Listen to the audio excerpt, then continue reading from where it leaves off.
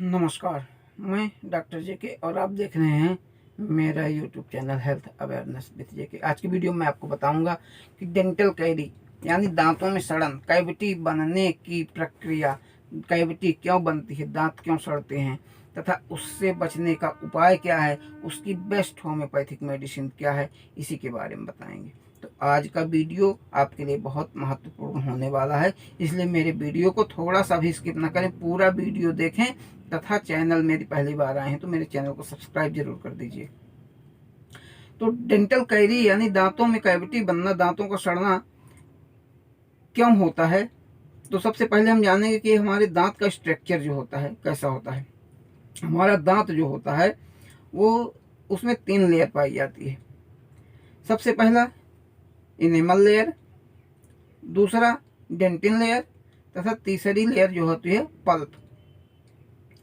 तो जब हमारे दांतों में कैविटी शुरू होती है तो कैसे शुरू होती है, हम लोग जो कुछ भी खाते पीते हैं, ओरली जो कुछ भी लेते हैं, उसके पार्टिकल्स, फूड पार्टिकल्स, चॉकलेट खाए, जंक फूड खाए, फास्ट फूड खाए, खाना खाए, वो मीठा चीज़ खाए, स्टार्च, वो हमारे दांतों में जमने लगता है प्लेक के रूप में। और जब दांतों में जम जाता है तो हमारे ओरल कैविटी में जो बैक्टीरिया होते हैं उस प्लेक को एसिड में कन्वर्ट करते हैं, और एसिड में कन्वर्ट हुआ तो एसिड हमारे दांत को क्या करता है, ब्लैक डिस्कलरेशन में चेंज करने लगता है और कैविटी फॉर्म हो जाती है, यानी दांतों में सड़न शुरू हो जाती है।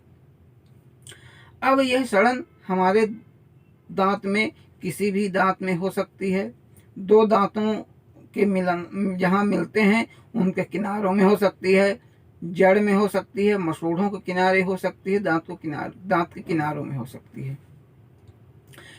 तो हमें क्या करना है, सबसे पहले उससे बचने के लिए सबसे पहले हमें ओरल हाइजीन का ध्यान रखना है, यानी हमें अपने मुख की साफ सफाई रखना है।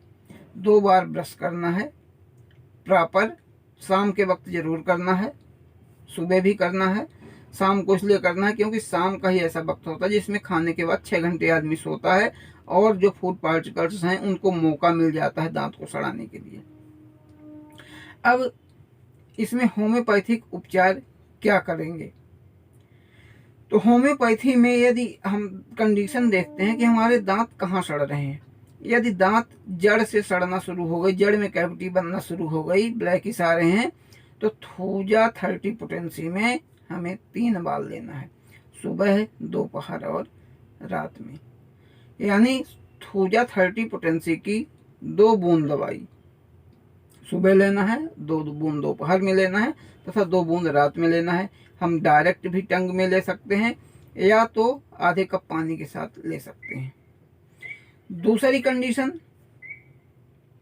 यदि हमारे 2 दांतों के बीच में, दांतों के किनारों में सड़न हो रही है, कैविटेशन बन रहा है, तो उस कंडीशन में हमको स्टेफिसेग्रिया होम्योपैथिक मेडिसिन आती है, उसको 30 पोटेंसी में 2-2 बूंद 3 बार लेना है, सुबह, दोपहर और रात में।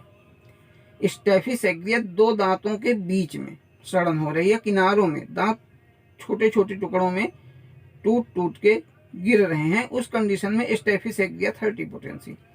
अब यदि हमारे दांत मसूड़ों की जड़ से, जहाँ मसूड़े होते हैं वहां से शुरू हो रहे हैं सड़ना, उस कंडीशन में हमको थूजा 30 पोटेंसी और सिफलिनम 30 पोटेंसी सुबह, दोपहर, रात में 3 बार लेना है, 2-2 बूंद आधे कप पानी के साथ। इस तरह हम होम्योपैथिक दवाइयों का सेवन करके डेंटल कैरी यानी कैविटी से बचा सकते हैं अपने दांतों को।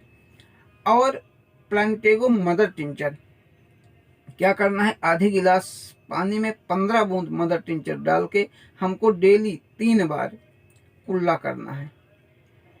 एक मुंह पानी ले लेना है मदर टिंचर मिला हुआ और 5 मिनट तक उसको मुंह में रोक के रखना है, इसके बाद थूक देना है। ऐसा 2-2 बार करके 3 बार करना है, सुबह, दोपहर, रात में, हर खाना खाने के बाद। तो हम बड़े आराम से अपने दांतों की सड़न को रोक सकते हैं। यदि हमारे दांत की बाहरी लेयर यानी इनेमल लेयर तक सड़न हुई है तो हम दांतों को बचा सकते हैं, रोक सकते हैं। लेकिन यदि वो सड़न हमारे डेंटिन और पल्प में पहुंच गई है और रूट में पहुंच गई है तो फिर हमको किसी डेंटिस्ट के पास जाके रूट कैनाल करवाना पड़ेगा और उससे सलाह लेना पड़ेगा, जो वो कहेगा वो प्रक्रिया करानी पड़ेगी। लेकिन स्टार्टिंग स्टेज में यदि हम संभल गए तो अपने दांतों को हम बचा सकते हैं। आशा है कि मेरे वीडियो से आपको जरूर समझ में आ गया होगा कि डेंटल कैरी क्या होती है, उससे कैसे बचा जा सकता है। यदि समझ में आ गया तो मेरे चैनल को सब्सक्राइब जरूर कर दीजिए। आपका दिन शुभ हो।